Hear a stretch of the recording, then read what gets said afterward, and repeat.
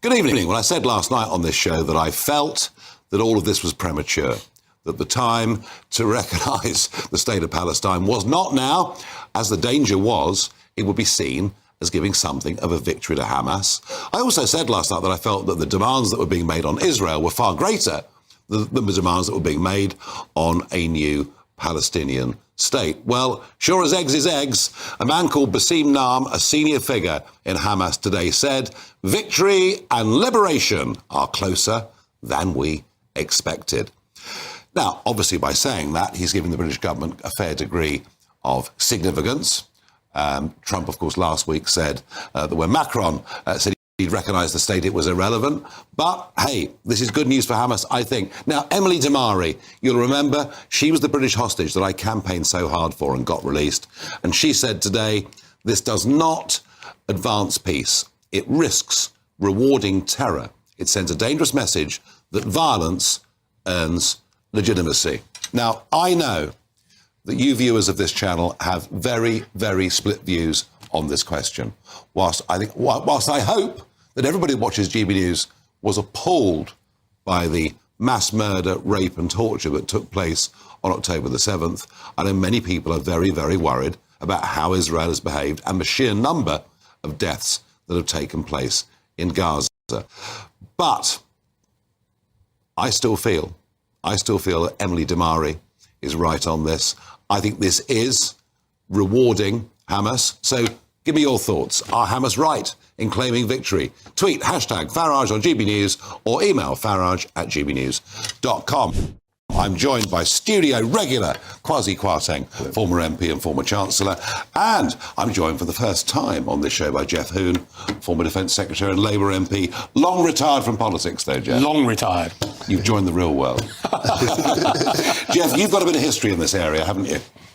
In 1999, I went to Gaza and met Yasser Arafat. I was in Israel discussing what was then a live peace process.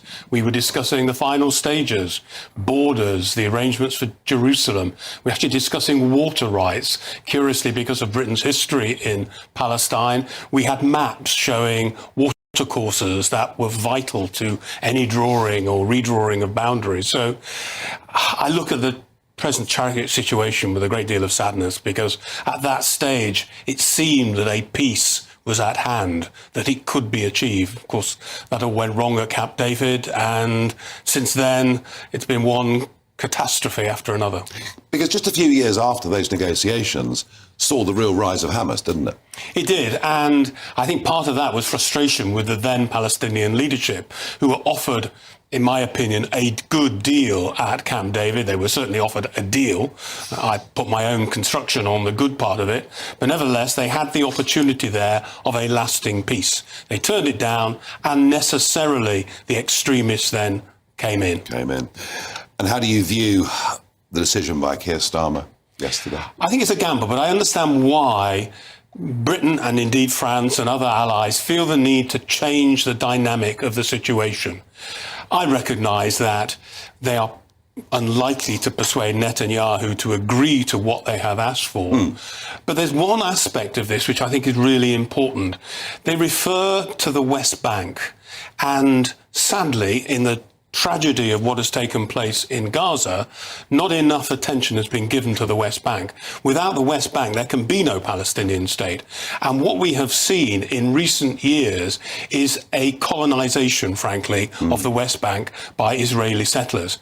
I can recall times when Israeli governments evicted settlers because it was contrary to international law and indeed to Israeli law. That is not happening. The present government are encouraging settlement. I think that's a view that will be shared by many, actually, on the West Bank. But we can't change the past, Kwasi. No. But we can make decisions about now.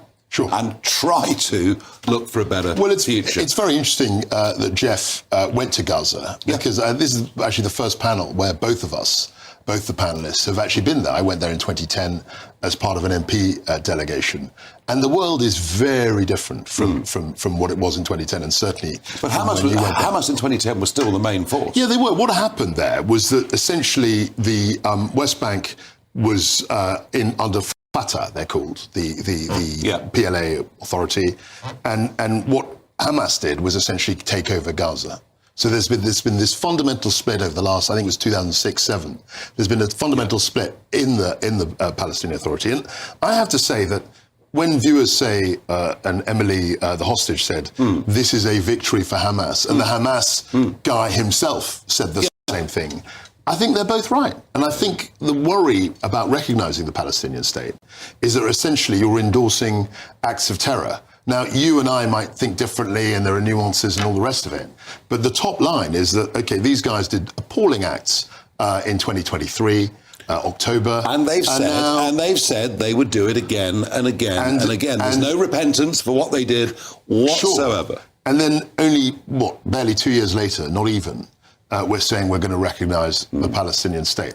And optically, that looks like essentially a reward for the outrages that they committed. It's a fair point Kwasi makes. I think he makes a fair point in the short term, but what I think Britain and France are trying to achieve is a much more strategic approach to this problem. And the strategy must be to encourage the moderates on both sides. The tragedy of the situation at the moment is that on both sides, Hamas and indeed, sadly, the Israeli government are extremists. And we need to find ways of getting back to a situation where the moderates are able to argue for peace in Israel. There are large numbers of people in Israel who want peace, who want to settle with Palestinians. There are large numbers of Palestinians who do not support Hamas. And indeed, there have been demonstrations in Gaza against Hamas. But Jeff, what you can't get away from is the fact that the recognition, if that's what we're doing, of the Palestinian state will be interpreted, as that man said from Hamas, as a victory for Hamas. Whether we like it or not, they will take this as a victory.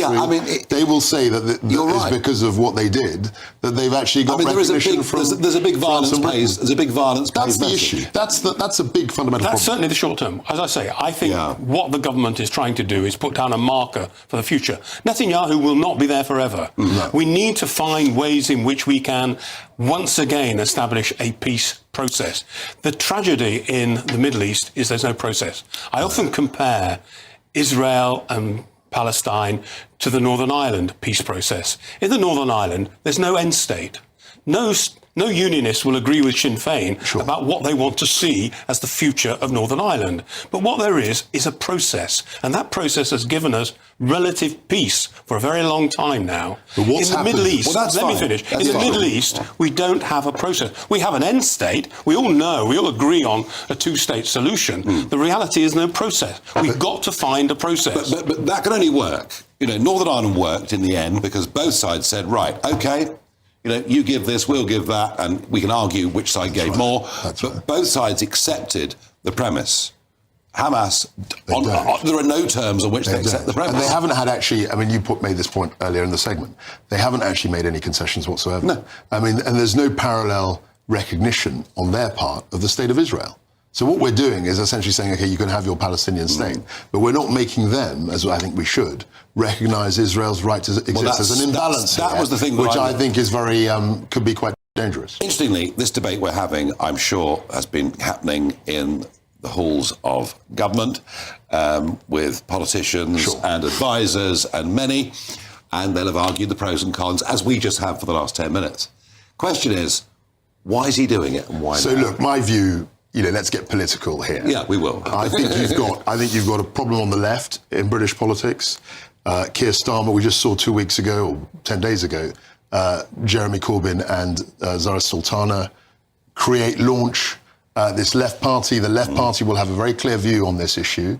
They will be very pro-Palestine. Oh, absolutely. You had a number of Labour MPs remarkably lose their seats in what was a landslide election. About half a dozen of them lost their seats to the Gaza independents. And 133 backbenchers already publicly signed up to say... And so, for a Labour Prime Minister, given the electoral mathematics, I can see why he would do what he's threatening to do in terms of recognising the Palestinian state. I think it's wrong, but I understand the political dynamics in his coalition.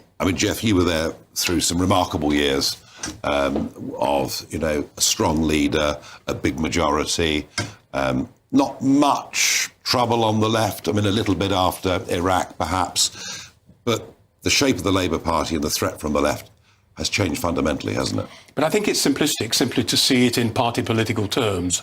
There are large numbers of people in this country who are extraordinarily concerned about the Palestinian situation, and therefore they vote accordingly, which is the point that you've just made very well. So I don't think it's just about the House of Commons or Labour members of Parliament. It never is. It's about a wider picture of our society. But it never is about one thing. But you understand parliamentary I wouldn't call them games, but there's arithmetic. I was the government chief. Yeah, of course, you're involved in all of that. and it's a very good answer. Let's be honest. So you know, as I do, that those dynamics are very important. And if you're trying to keep this left coalition, which it is, the Labour Party is now a coalition. There are people who barely on speaking terms. And if you're trying to keep them together, I can see why an issue like this might be something they will rally around. I mean, Labour has never faced a genuine electoral challenge from the left. It just hasn't.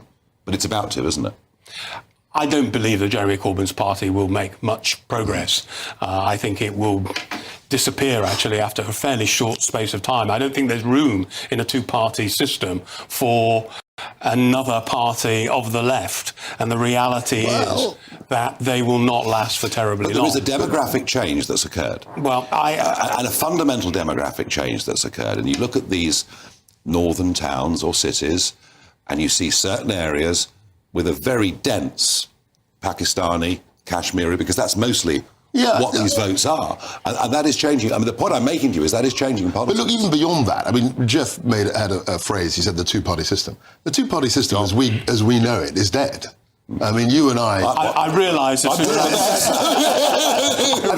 realise that we've got wasn't perhaps the best way of putting it. Sure, in the world that we're in now, we've got 5 or 6 parties. Yeah.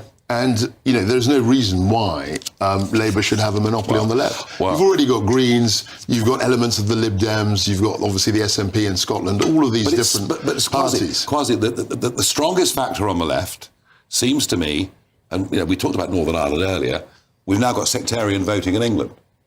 Do you accept that? And that certainly concerns me. I've been concerned for a long time about the way in which, for example, the politics of the Indian subcontinent end up on the streets of Birmingham. That cannot be right. And we need to find a way of ensuring that people vote along democratic lines, not along historic division. But this is the point. If only is what I'm going to say. But this is the point that we were making about the two-party system. I mean, I was amazed. The most amazing thing last year was these Gaza independents. They got 6 seats. I remember West Streeting only came home, with 500 votes? 5, actually, but they're probably on course. I think they're on course to win 25 or 30 next time.